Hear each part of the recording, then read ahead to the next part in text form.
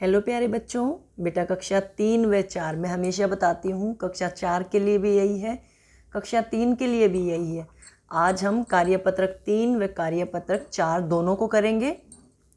और बेटा मैं दोनों के लिए एक ही वीडियो बनाऊंगी, क्योंकि बाकी लोग मुझे बोल रहे हैं कि मैम एक ही वीडियो बना दीजिए, हम लंबी वीडियो देख लेंगे।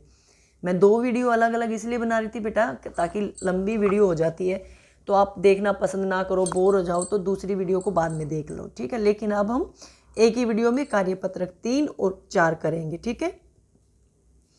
आगे बढ़ने से पहले आप सभी से वही एक छोटी सी रिक्वेस्ट है, जो लोग मेरे चैनल पे नए हैं या आप लोग पहले से जुड़े हुए हैं और आपने अभी तक मेरे चैनल को सब्सक्राइब नहीं किया तो प्लीज़ मेरे चैनल को सब्सक्राइब कर लीजिए, ठीक है। मेरे चैनल का नाम है प्राइमरी क्लासेस, मेरा नाम है विजयंती रानी, इसीलिए मैंने चैनल का नाम रखा है प्राइमरी क्लासेस बाय विजयंती रानी, ठीक है बेटा। सभी चैनल को सब्सक्राइब कर लीजिए। बच्चे मुझसे मेरा नाम पूछते हैं, बेटा मेरा नाम है विजयंती रानी। चलिए अब अपनी वर्कशीट की बात कर लेते हैं। जैसा कि आपको पता है इसमें आपको आंसर्स दे रखे हैं, लेकिन मैं वीडियो आपको समझाने के लिए बनाती हूँ। पहले हम पैराग्राफ को, पोयम को, पिक्चर को देख के समझते हैं, फिर आंसर देते हैं, ठीक है। पहले कहानी को पढ़ते हैं। चींची नाम की एक चिड़िया थी, वह छत पर पड़े बाजरे के दाने चुग रही थी। अब देखो चिड़िया का क्या नाम है, चींची, और वो छत पर कौन से दाने चुग रही थी, बाजरे के। अचानक एक बिल्ली ने बाज की तरह झपट्टा मारकर उसे दबोच लिया। एक बिल्ली ने चिड़िया को दबोच लिया, और कैसे झपट्टा मारा, जैसे बाज एकदम से जो झपट्टा मारता है जैसे बाज, वैसे झपट्टा मारकर दबोच लिया। बेचारी चींची की तो जान ही सूख गई। अब देखो भाई, जिसको पकड़ लेंगे उसको डर तो लगेगा। चींची यानी चिड़िया की जान सूख गई, मैं तो गई काम से, आज तो ये बिल्ली मुझे मार डालेगी, आज तो मेरा बचना कठिन है, उसने मन मन में सोचा, पर वह घबराई नहीं। अब चिड़िया ने सोचा कि आज ये बिल्ली मुझे मार डालेगी, मेरा मरना तय है और मैं बचूंगी नहीं। लेकिन फिर उसने अपने मन में कुछ सोचा, हिम्मत नहीं आ रही। क्या सोचा, वैसे तो वह नन्ही सी थी, पर थी बहुत समझदार और निडर। वो छोटी सी चिड़िया बहुत निडर यानी किसी से नहीं डरने वाली, समझदार यानी बुद्धिमान थी। बहुत छोटी सी थी, नन्ही यानी छोटी सी।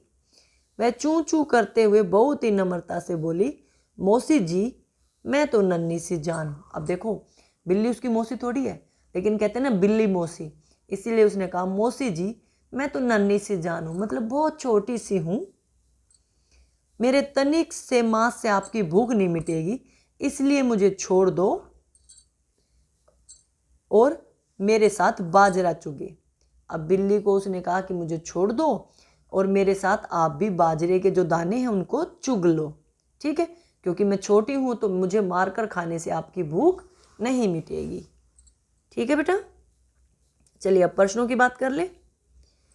नीचे दिए गए प्रश्नों में बताना चिड़िया का क्या नाम था, चींची। बिल्ली ने किस तरह झपट्टा मारा, बाज की तरह। चींची बहुत नीडर थी, नीडर का मतलब होता है बिना डर वाला, जिसको डर ना लगे, तो इसका उल्टा क्या होगा, डरपोक। जान ही सूख गई, जान सूखना मतलब डर जाना, कि बस बहुत डर लग गया अब तो मैं मर गई, डर जाना, ठीक है। मुसीबत पड़ने पर क्या करना चाहिए, घबराना नहीं चाहिए, डरना नहीं चाहिए, सोच समझकर काम लेना चाहिए दिमाग से।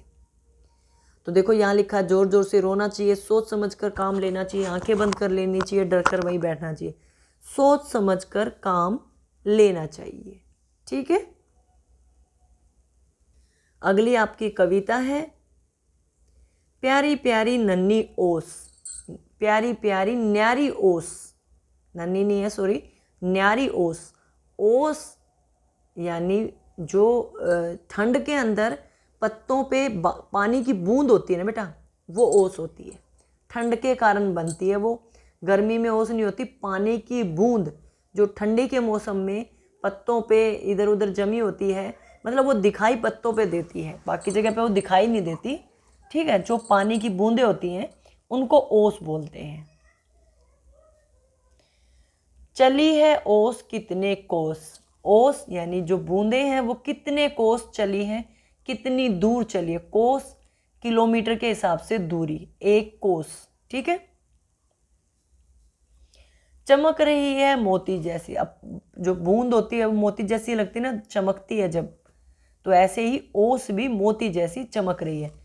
सुंदर सी मोती जैसी, मैं यही बोल रही थी, यही लाइन आ गई, ये मोती जैसी सुंदर है। छूते ही यह होगी पानी, जैसे आपको छूओगे वो पानी तो है ही वो, लेकिन जब तक उसको छूते नहीं वो मोती जैसी लगती है, छूते ही वो पानी बन जाती है, मतलब वो अपना जो दिख रही है वह वैसी नहीं रहती। ना करना ऐसी नादानी, मतलब आप ओस को छूना मत, नहीं तो जो हमें मोती जैसी बहुत सुंदर लग रही है वो बिखर जाएगी, खराब हो जाएगी, ठीक है। पहला प्रश्न आपका, कविता में किसकी बात की गई है? ओस की बात की गई है बेटा। ओस किसके जैसी चमकती है? मोती जैसी। ओस को छू लिया तो क्या होगा? पानी हो जाएगी। कविता में किस बात के लिए मना किया गया है? ओस को छूने से मना किया गया है। चलकर आई कितने कोस में कोस का प्रयोग किया गया है। कोस का प्रयोग किस लिए किया जाता है? दूरी के लिए। मैंने बताया था आपको जब मैंने कविता समझाई थी, ठीक है। हो गया दूसरा भी आपका। अब तीसरा हमारा चित्र से संबंधित, ये बच्चा है, इसके बारे में बताया गया, आपके क्षेत्र में पोलियो का खतरा है। पोलियो का कोई इलाज नहीं, 2 बूंद हर बार बचाव है सही। आपके 5 साल तक के बच्चों को पोलियो की खुराक जरूर पिलाएं, 2 बूंद पोलियो खुराक जरूर पिलवाएं, ठीक है। 5 साल तक के बच्चों को पिलवाई जाती है, पोलियो का कोई इलाज नहीं है, ठीक है, 2 बूंद ही पिलाई जाती है। प्रश्नों को देखें, विज्ञापन में किस खतरे की बात की गई है? पोलियो की। पोलियो से बचाव कैसे किया जा सकता है? पोलियो खुराक लेकर। विज्ञापन में पोलियो का प्रभाव बालक के किस अंग पर हुआ? बेटा इसके पैरों पे हुआ है, क्योंकि ये बैसाखी के चारे चल रहा है, ठीक है। एक पोलियो खुराक का मतलब क्या है? 2 बूंद, 2 बूंद जिंदगी की। पोलियो की खुराक कितने साल तक के बच्चों को दी जाती है? 5 साल तक के बच्चों को दी जाती है, ठीक है। यह आपका कार्यपत्रक 3 का भाग 3 था, चित्र से संबंधित प्रश्न।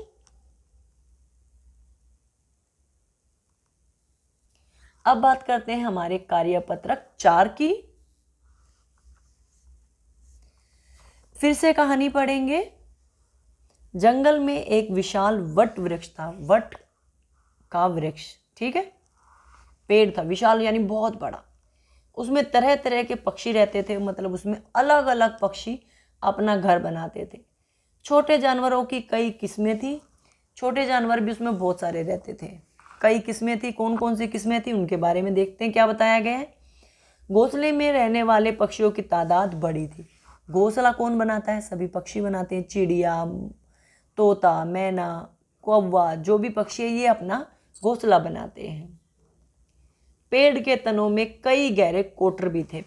कोटर यानी खोखला करके, वो भी एक तरह से ये मान लो घर थे, जैसे गिलहरी पेड़ के तने को खोखला करके उसमें रहती है वैसे, ठीक है, जिसमें तोते, गिलहरी, उल्लू आदि रहते थे।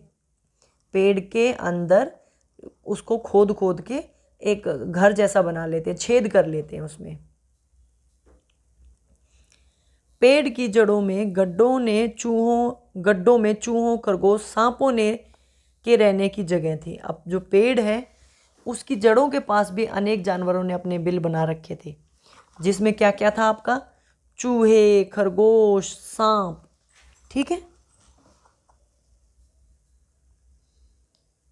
सुबह शाम जोरदार चहचहाट से आसपास के इलाके में रौनक रहती थी। अब देखो इतने सारे पक्षी, पशु रहेंगे, जानवर रहेंगे, तो वहाँ पे चहचहाट तो होगी ना, सभी शोर करेंगे, और जो पक्षियों की और इस तरह से गिलहरी की, इनकी जो आवाज़ है वो वातावरण को अच्छी, मतलब अच्छा बनाती है, सबको अच्छा लगता है। पक्षियों की चहचहाट सबको अच्छी लगती है, ठीक है। प्रश्नों की बात कर लेते हैं। जंगल में वट वृक्ष कैसा था? वट वृक्ष कैसा था? घना, खूब विशाल, खूब बड़ा।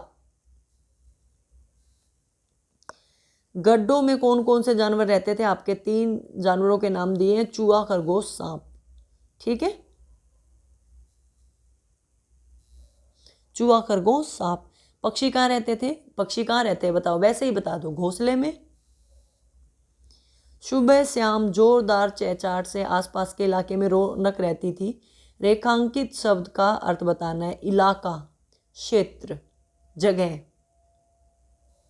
ठीक है, किसकी चहचहाट से इलाके में रौनक रहती थी?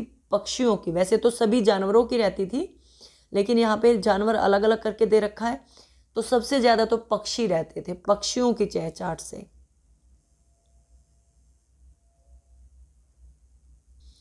आगे हमारा दूसरा भाग में कविता दी गई है।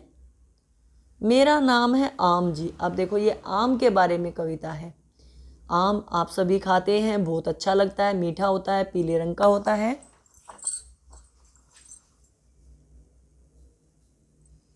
मैं करता हूँ बहुत काम जी। मैं बहुत काम करता हूँ। काम यहाँ पे मतलब आम बहुत काम आता है। आम का अचार बनता है, आम की चटनी बनती है, आम का पापड़ बनता है, कितनी सारी चीज़ें हैं जो हम आम से बनाते हैं। आम का जूस निकाल के पीते हैं, कच्चा खाते हैं, पका हुआ आम मीठा रसीला होता है। फलों का राजा मुझे कहते हैं। आम को क्या कहते हैं? फलों का राजा। सभी चाव से खाते मुझको खाते। सभी इसको बड़े चाव से, बड़े चाव यानी खुश होकर, मन से खाते हैं। विटामिन से मैं हूँ भरपूर। जो हमारा आम है, इसमें बहुत सारे ताकत की चीज़ें हैं, जैसे विटामिन्स हैं। ठीक है, कोई नहीं मुझसे दूर, गर्मी के मौसम में मैं आता, दूर न कोई रह पाता। आम एक ऐसा फल है जो मतलब सभी लोग खा सकते हैं, ये किसी से भी दूर नहीं है। कोई अमीर है, गरीब है, सभी खा सकते हैं, और कोई से दूर रह भी नहीं पाता। सभी आम का मौसम आते ही खाने के लिए, क्योंकि आम मीठा होता है ना, सभी को अच्छा लगता है। ठीक है, गर्मी के मौसम में आता है, ये भी बताया गया है। प्रश्नों की बात कर लेते हैं। कविता के अनुसार फलों का राजा कौन है बेटा? आम। कविता में दूर शब्द कितनी बार आया? देखो, दूर 2 बार आया बेटा। दूर, दूर। यहां पे बेटा ये गलत दे रखा है, 1 बार नहीं आया, 2 बार आया है। ठीक है, इसको आप लोग सही कर लेना। गर्मी के मौसम में आता, पंक्ति में रेखांकित का उल्टा क्या होगा? गर्मी का उल्टा बताओ आप लोग। गर्मी, सर्दी। ठीक है, मुझे गर्मी लग रही है, मुझे सर्दी लग रही है। सभी चाव से मुझको खाते में चाव का क्या अर्थ है? मजे से, शौक से, खुशी से। ठीक है, तो यहां पे दे रखा है शौक से। आम फलों का राजा क्यों कहलाता है? आम बहुत मीठा होता है, रसीला होता है, सभी को अच्छा लगता है, इसीलिए आम को फलों का राजा कहते हैं। यहां पे दे रखा है बेटा रसीला होने के कारण। ठीक है, समझ गए सभी? एक क्वेश्चन गलत आया, उसको ठीक कर लेना आप लोग। बात करते हैं अगले की। हमारा भाग 3 में प्रश्न पर आधारित है, ये सॉरी चित्र पर आधारित प्रश्न है। ये बाल भारती के बारे में है। 3 बच्चे बने हुए हैं, इनके पीछे लाल किला बना हुआ है, ये हमारा ताजमहल बना हुआ है। ये शायद इनकी टीचर है जो सफाई कर रही है, ये बच्चे इनका साथ दे रहे हैं, ये डस्टबिन है। बाकी देख लेते हैं हमें क्या पूछा गया है। चित्र में बच्चे क्या कर रहे हैं? सफाई कर रहे हैं। चित्र में किस देश का झंडा है बेटा? भारत देश का। ये देखो किस देश का झंडा है? भारत देश का। चित्र में कौन सी प्रसिद्ध इमारतें हैं? मैंने बताया था, ये आपका ताजमहल है, ये आपका लाल किला है। लाल किला और ताजमहल। ठीक है, हमें कूड़ा कहाँ फेंकना चाहिए? डस्टबिन के अंदर, कूड़ेदान में। ठीक है, अगला है आपका चित्र हमें क्या संदेश दे रहा है? हमें साफ सफाई रखनी चाहिए, कूड़ा नहीं फैलाना चाहिए। ठीक है, यहाँ पे देखो लिखा हुआ है गंदगी करनी चाहिए, कूड़ा फैलाना चाहिए। तो यहाँ पे ये वाली बात ठीक है, हमें साफ सफाई रखनी चाहिए। समझ गए आप सभी। यहाँ पे जो आपकी वर्कशीट है कक्षा 3 व 4 के लिए पूरी हो गई। उम्मीद करती हूँ सभी प्रश्न आप लोगों को समझ में आ गए होंगे। वीडियो अच्छी लगे तो लाइक कर देना, चैनल को सब्सक्राइब कर लेना। वीडियो देखने के लिए आपका बहुत बहुत धन्यवाद।